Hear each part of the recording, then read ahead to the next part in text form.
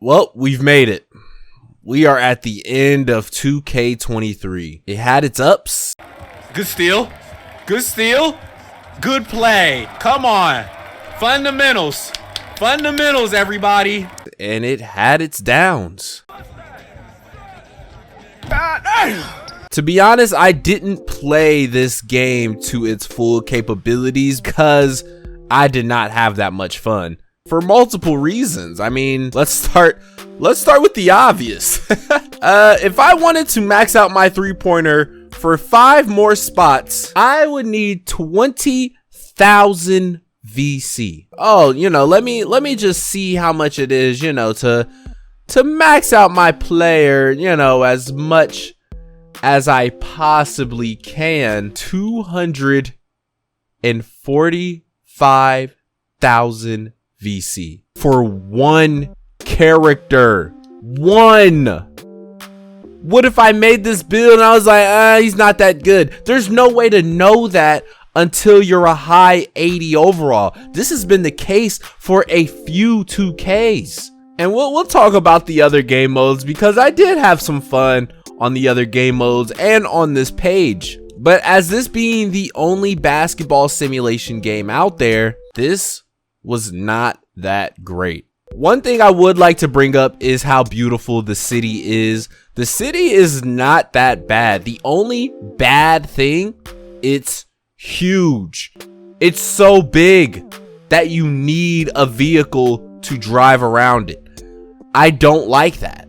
I don't know if people truly do or they just be talking, but this city is just way too big. I think 2K20, 2K19 was probably the last of what a good city was to me. It was small. You got to everything within the same block or two, and all of the courts was in sight. And let's talk about the comp scene a little bit. I mean, 2K League has definitely had a huge come up this year. I feel like people are finally realizing how important it is to build a competitive scene to a video game, where there's 2K, Call of Duty, Fortnite, all those big games. It's important to have a competitive scene for your game if you want your game to thrive in the long term. Where 2K, that value is not there yet, but the players get taken care of. You get put in cash tournaments, you're on a salary, they pay for your housing, and you're usually located by an NBA team. So overall, it's a very fun experience if it's something you want to shoot for. And outside of that, there are Pro-Am leagues where you don't have to necessarily be a 2K leaguer. You could just be really good at the game and be able to compete online against other pros. I feel like the divide of people that are taking this game serious to people that are playing casual is huge. And that is a good thing for a video game, if you ask me. Now, as we head over to my favorite part of Park, I do want to say that divide can hurt a player base as well. You don't want to be playing this game and you are a casual and you get 6 straight games of 99 overalls with every Park badge you can think of. That takes the fun out of it, for me at least. I'm on here with my 82 overall that I haven't spent a dime on, and you're over here on your 3rd build, $400 into 2K. All that means to me is matchmaking needs to be included in every competitive game moving forward. When I say matchmaking, I mean don't match me up with someone who has thousands of wins, thousands of hours, and I am on my first game. But the place that I think should thrive in every 2K moving forward is the theater. Whoever thought of this idea and implemented it into 2K, you deserve a raise. This allows you to hop on Park with your My Career player and play games without having to depend on your friend. It allows you to have games without having to wait for a spot at the park. It allows for almost equal matchmaking when they have events like you can't be over an 80 overall, 3v3, no squads. Like, these are game modes that help matchmaking because there's not a lot of sweaty people that are playing no squads. And if they are sweaty, they're at least a team player, because then they know how to win without playing with the squad. I think this just needs to be a menu option in the next 2K where I can quickly just hit, you know, the start button. I don't know, go to my player and just hit 3v3 park, no squads. I don't want to have to run over here or walk over here. I think that's the only change, which that just goes into, once again, the city is just way too goddamn big. Like I said, I didn't play a lot of my career, so I don't really have much to say for, you know, badges and how you do player builds, leadership skills, all this stuff. A lot of this doesn't mean much to me if I can't use it to its full capability. I don't know, gold limitless. I don't care. I can't care that much because it's taking me so long to get these badges. Next 2K, I will be taking it a bit more serious, only because I want to be more competitive. I want to play against people that are taking it serious instead of people that are just 99 overalls for absolutely no reason. So 2K24, we will revisit this conversation. But for now, that's my thoughts on my career. What's up with this menu? This is not it. There used to be some 2Ks that had some exciting menus. Like when you booted it up, you were like, oh yeah, it's lit. But the next game I want to talk about is my team, man. This one I died on very quickly. And one thing that I seen immediately was how easy people were buying cards. Once again, 2K is diving completely into pay to win.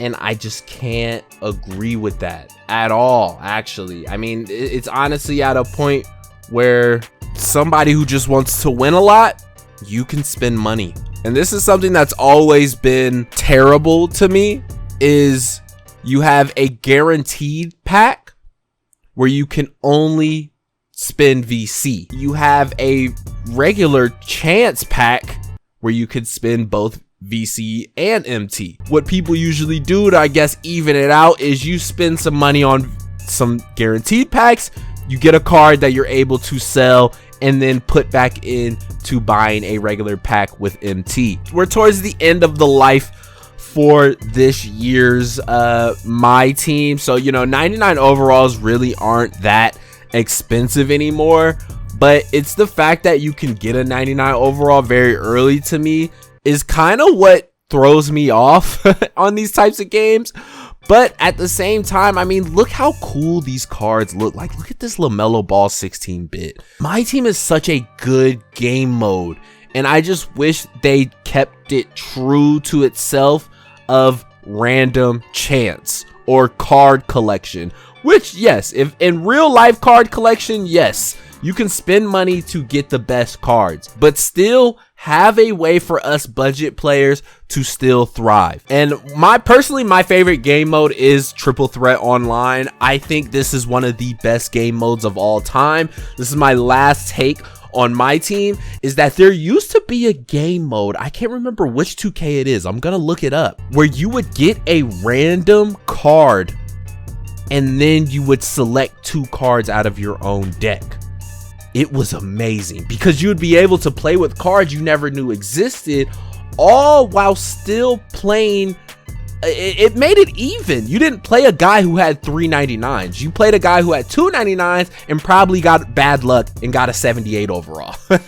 Or you would play a game where it's both teams are all 99 overalls. I don't want to come on here and every game I play the same 3 players. It's very annoying. People play this game annoying. They don't guard ball. They rim run. They should do every cheese crossover move you can think of.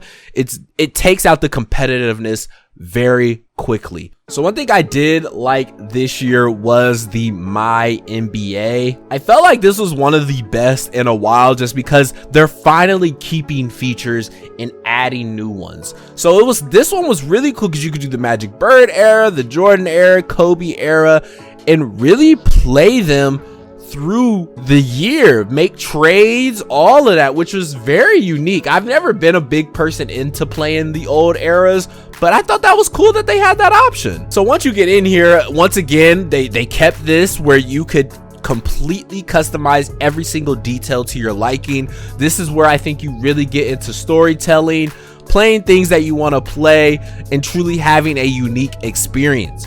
One thing that has always stood out to me that I loved about GM mode, but I hated that you couldn't change things like the season length and, you know, different things about the actual gameplay, was the role-playing elements. Skills, tasks, moral and chemistry, draft timelines, like all of this stuff was very my GM focused, and was it more on the side of I just want to play a 20 game season, 60 game season, I want to affect the minutes, but I still want those role-playing elements. So what does that mean? You actually have a GM now that you get his portfolio, you get a contract, VC per game, and he gives you a sell out 11 home games this season, deadline into season. Like, this is the type of stuff I feel like makes a true GM experience, but still gives you that freedom to do what you want. And this was very interesting to me, was the skill tree. I think this was it. This has always been in GM mode, but it's never been in like the My NBA mode or like the My League mode. You have to spend a skill point to unlock Trade Finder. You have to spend a skill point to unlock 1 to offensive rebound. I think about this for like online. Say you have an online game mode with people, like this could really be a fun thing to do. And this is something I do plan on doing in the near future with this page, of doing a online season, which would be very fun if you add in the RPG elements. And you got your trophy case where you can see everything you've won. You feel me? I ain't got nothing in there right now. On this page, I literally have a My GM mode that I have taken to the extreme. My GM, My League, My NBA, they keep changing the name of it. The season finale was just dropped. I had to end it just because 2K24 is coming out soon, but that was my first example of how far you can take these My League experiences. You can create your own player and put them in here. You can do RP type game modes where you're acting like the coach, you're acting like the player, you're acting like the player's son. Like, you can really go into a true, I want this type of experience with a player, a team, a city, especially when you talk about relocating teams and everything. The opportunities are endless, and I hope that continues in 2K24. Outside of those, you had the Jordan Challenge that dropped this year. My WNBA was very mid. I mean, I honestly just don't have a thought on this game mode. I have a video on this page of me playing it. It just wasn't anything special. You could level up fast. I felt like that was actually pretty cool, and then you could play online with people. But next 2K, I asked for a few simple things. Make the park smaller, make leveling up a lot easier so we can make multiple characters, keep the features we have for My NBA, and add a few new ones. Outside of that, people can talk about the gameplay, people can talk about the badges, shots, all of that. All of that stuff really does not matter if you think about it, because that will change every single game. Next year, when I play My Player a lot more competitive, I will talk about that a lot. So, hey man, it's RIP to 2K23. I will see you guys on 2K24 when it drops. Please subscribe. I have a feeling this is going to be a good year for not only this page, but for 2K community as a whole. I am on Xbox. If you want to add me on Xbox, my name is Malik Childish. Go ahead and send me a friend request, and maybe we can run it up. But like I said, see you guys on 2K24. I'm out.